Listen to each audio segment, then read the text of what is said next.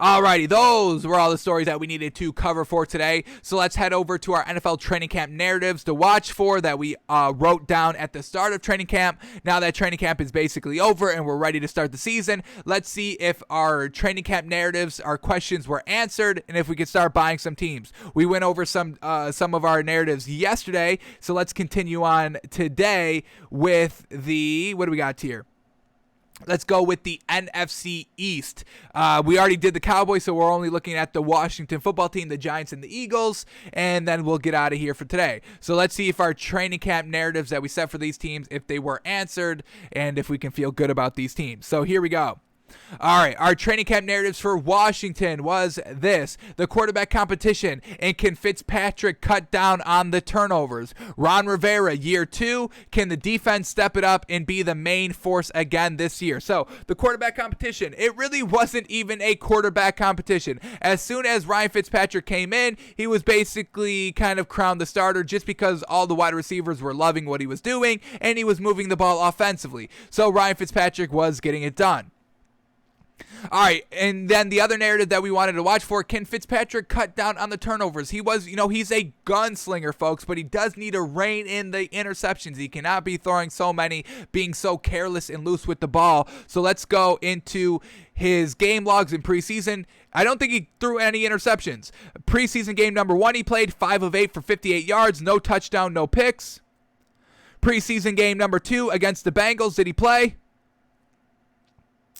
Here we go. Ryan Fitzpatrick played. He went 7 of 13 for only 96 yards. No touchdowns, no interceptions. He did have a sack, though. So not bad there. Not turning the ball over, which is definitely what we want to see. Also not scoring the ball, though. So maybe retaining that gunslinger, not able to score, but is also not throwing touchdown or not throwing interceptions. So that's good that he's not throwing interceptions, but not good that he's not putting up any points. Not great. And then in preseason game number 3, did he play? Don't think he did. And he did not. So at least he didn't throw an interception. That's good. But, we'll see more of Ryan Fitzpatrick, obviously, in the regular season. So we'll have to kind of wait a little bit longer to truly see if he's going to cut down on the turnovers. We are still hoping so, because we would like to see Ryan Fitzpatrick have success and Ron Rivera still have success, and this kind of Chase Young, year 2, have success. And, Antonio Gibson, not an A1 tier 1 running back, tier 2, but still have success. And then Terry McLaurin, a real great, promising wide receiver in this league, to have success. So we want this Washington team to be good. We just need Fitzpatrick to cut down on the turnovers. He didn't do it in, preseason. He didn't throw any picks, so that's good. But not a lot of opportunities. Also not throwing touchdowns. All right, Ron Rivera, year 2. Well, we've been kind of listening to how he's coaching. He kind of got on the team a little bit for not being vaccinated and him being kind of a high risk because he just battled cancer. So that ended up getting, I think, Washington's almost or very close to 100% vaccinated because of Ron Rivera. So once again, a lot of people are respecting him on this team, and they are kind of, getting the vaccine because of Ron Rivera. So that great leadership, that great respectability that he has still seems to be here in year number 2, so that's great for Ron Rivera. And can the defense step it up and be the main factor again this season? So, we know that, in preseason that it's just kind of all the backups, majority playing. But let's see where this Washington defense ranked overall in the preseason just on their defensive stats. Because we know this Washington defense was like a top 5 defense last year, really helped them win all those 7 games that they won, and really was the reason why they won the division in those games was because of the defense. It wasn't the quarterback play. We can definitely say that. So let's see where this Washington defense ranked, and if it's the defense runs deep or if it's just a star player showing out last season. All right, so let's see. Total. Can we get a total defense? So we got a total defense. We don't got no total defense? How we got no total defense? All right, that's a little frustrating. We got passing, rushing, receiving, scoring, total offense, sacks, interceptions, field goals, punts, punt returns, and kick returns, but we don't have an overall defensive tab. Let's see if we can quickly find one. We can go to team stats. Might be able to get it here. And if this doesn't load quickly, we'll just move off of it. It's nothing concerning. I mean, we can just look up their point totals, honestly. All right, so let's go to just preseason game number 1. Let's see what point totals they were giving up. So they gave up 22 points in preseason game number 1 and lost 22-13. Then we get preseason game number 2. Washington won 17-13, only gave up 13 points, but then in preseason game number 3, they lose big time to the Ravens, who we all know is like undefeated over the last 10 years in preseason, some wild stat like that, and they lost 37-3. So overall, the defense, a little iffy there, but like we said, it's the second string. So we'll know more about this Washington defense. Didn't really see a lot in training camp of really what we wanted to see. Really can just focus on Ryan Fitzpatrick, but still at the end of the day, we didn't really see a lot of him either. But we do know that kind of the quarterback was made right. I do think we do have to go with Ryan Fitzpatrick over Taylor Heineke. This Washington team really needs to start winning now, especially because Dallas is going to be at full strength. The Giants should be at full strength, maybe not week 1 with Saquon Barkley, but this division should be a lot more difficult to win than this season than it was last season. So you do kind of need a quarterback in Ryan Fitzpatrick. That does give you kind of a 50-50 chance to win this game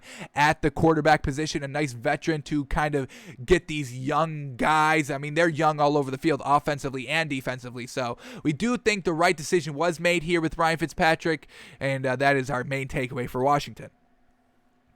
All right, here we go. Let's move on to the Giants now. Our training camp narratives for this Giants team was Saquon Barkley. How quick does he return to practice? Oh, boy. Oh, we were so naive back then, folks. This man is not going to be ready to go week 1, folks. We just talked about it earlier in the show. There are, Saquon Barkley's status is up in the air for week 1. Truly unfortunate. We've been seeing that. We've said that's right before, or kind of a week before they came out with that. But, him not practicing and taking so much time to recover from the same injury that Joe Burrow, and I think OBJ had the same injury, ACL tear. And Saquon Barkley did it earliest. He was the first one. He was the OG. He was stealing my flow word for word, bar for bar. I mean, Saquon Barkley saw all these other star players go down with ACL injuries. He was like, y'all just want to copy me? Y'all want the same attention I got? Okay. But those other players are back before Saquon Barkley. Joe Burrow's playing in the preseason. OBJ is looking real good in practice. Now, Saquon Barkley is still practicing, but he's taking it very light. He's got the red non-contact jersey on. He's not even close to playing in the preseason, and now his status is up in the air. So that was the only thing we really wanted to focus here on the Giants. We're good with Daniel Jones. We don't really need to see we do need to see him. I mean, we're not going to give Daniel Jones no free passes, but we expect a good year 3 leap from him. But we really wanted to see Saquon Barkley out there, and now he may not be out there week 1. So not great there by Saquon Barkley. Hopefully, we're kind of putting it at kind of max. We can see Saquon Barkley maxing out at kind of missing the first 3 games, and it's kind of looking like a 1-game minimum. So we're potentially missing Saquon Barkley for 1 to 3 games this season, and that's never great. We got to have this Giants team firing right out of the gate. They have it on paper, but we need Saquon Barkley out there at the running back position, and we need Daniel Jones to take the year 3 leap, and that's exactly what our last narrative was for the Giants. Saquon Barkley, how quick does he return to practice? And Daniel Jones, year 3 leap need, and a lot of exclamation points after that. Daniel Jones did play in 1 preseason game, the very last one, and got a lot of passes in. Let's see what his overall stat line was. Let me get this up. They played the Patriots, ended up losing by 2, but Daniel Jones went 17 of 22 for only 135 yards, 1 touchdown, 1 interception. So not truly as along the way that we really needed Daniel Jones to be. That 1 interception, unfortunate. Let's see if we can we bring this up quickly? Let's see. We got Game Pass. Let me see if our Wi-Fi is up. Is our Wi-Fi up? Let's see. Let's see if we can go to Game Pass. I want to watch this interception to see how bad it is. We did not watch unfortunate Daniel Jones here in his final preseason game. Ran out of time on that show and have not gone back to it. Probably should do that. We probably should watch this full body of work of Daniel Jones. We are putting a lot of stake into him. But let's see what this interception is looking like very, very quickly. All right, let's see where this interception came, and then we can try and get to it quickly. Interception. Daniel Jones threw the interception off of a Patriots interception. Come on, you got the ball. You're at the New England 41-yard line. Let's just watch this drive. I'm pissed now. Daniel J., come on. We're expecting huge things out of you. Damn you. So let's skip to a minute left in the first quarter. We'll watch this final drive here of the first quarter, the interception drive here by Daniel Jones. Because that's not what we want to see. When you're starting at the at the New England Patriots 41-yard line, the opposing team's 41-yard line, you cannot throw an interception. You cannot give away great points like that. What are you doing? Here we go. It's just, oh, this was Cam Newton firing it right over the middle. We watched this Cam Newton play when we broke down this game. Just unfortunate receiver couldn't catch the ball. Not bad by Cam Newton. But here we go. Daniel Jones, interception drive. He's starting at the Patriots 41, and they're down 3-0. We just told you they lost by 2. So you're squandering points right here, Daniel Jones. You better not come to the regular season looking like this. So let's see what Daniel Jones was looking like on this drive that led to an interception and 0 points, even though you started at the own 41-yard line. Damn it. Here we go. Daniel Jones, first play up. Let's see. Hopefully he shows us some good things. Hopefully the interception isn't bad. But let's see what we get here. Here we go. Daniel Jones motion out of the backfield with the running back. He just dumps it off to the running back, and it gets about 3 yards. Nothing special there by Daniel Jones. There's a flag too. We can skip this. Don't care about that. All right, here we go. 1st and 20 now, so flag going against pass interference on the offense. Unfortunate. Trying to set up the running back screen a little bit. All right, so 1st and 20 now at the 50-yard line. Just a comeback route on the right sideline. Daniel Jones delivers it perfectly. Picks up about 10 yards. What do we get? 2nd and what? 2nd and 12, 8 yards officially. All righty. Start of the second quarter. Still at the Patriots 43-yard line. Daniel Jones, buying time in the pocket, delivers a ball. A little bit of a check down. Goes for about 3-4 yards. But didn't take a sack. Now making it a little bit third and manageable. 3rd and 6 here. Here we go. Come on, Daniel Jones. Pick up this first down. Going a little bit deep, and it's a little bit of a comeback route on the left sideline, and he delivers a solid ball here. It seems that it was maybe slipped out of his hands a little bit. It came out a little weird. A little bit short, but overall it's a completion, so we give the man credit. And now they get down inside the 15-yard line. Daniel Jones throwing a pick in the red zone. Oh, goodness. They rush the ball here. 1st and 10 from the 15, folks. They rush the ball. It gets about 1 or 2 yards. Here we go. Daniel Jones, 2nd and 8 from the 17-yard line. Not 17, 13. Tries to do a little bit of a fade to Sterling Shepard in the back of the end zone. Let's watch this ball one more time here. Just a tad overthrown, but he gave his receiver a chance to make a play on the ball. Only the receiver, no chance at a pick, no chance at a breakup, either incomplete or caught. So not bad there by Daniel Jones. And then here we go. Threw it way too high here to Darius Slayton on the right sideline. Luckily, a bailout here on pass interference. This is an uncatchable ball. Really should not have been a flag, but Daniel Jones gets bailed out. Not great there. Don't want to see a bailout, but it brings up 1st and goal from the 9-yard line of the Patriots. I am dreading watching this interception come. Here we go. Daniel Jones. It's a play action pass, and it gets down to the 1-yard line. Daniel Jones is going to throw an interception on the 1-yard line. Oh, no. 2nd and goal from the 1. Don't show me this. Don't show me this. I don't want to see this. We get a flag. They're going to back it up 5. Oh, no. Oh, no. It's actually on the defense. 12 men on the defense. Unfortunate. So now we're going to get like 2nd and goal from like the 1-inch line. Come on, Daniel Jones right under center. They run the ball right up the middle. It gets nothing. Brings up 3rd and goal. Oh, no. The Giants trust Daniel Jones to throw a touchdown here, but he throws a pick. No. 3rd and goal from the 1. Play action pass rolling out to the right.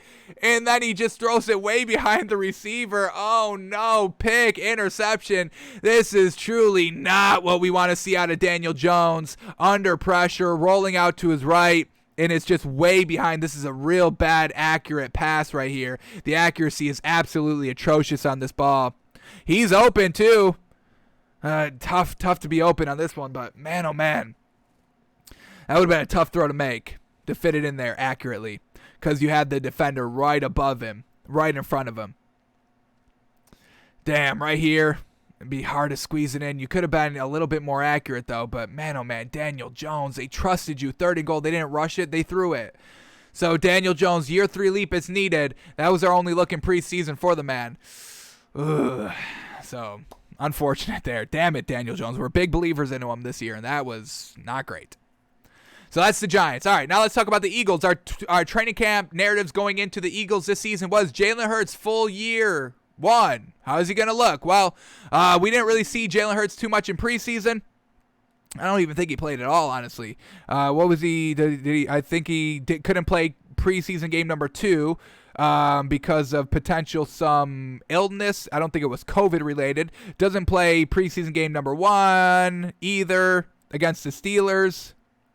Does he? Let me look at this up quickly.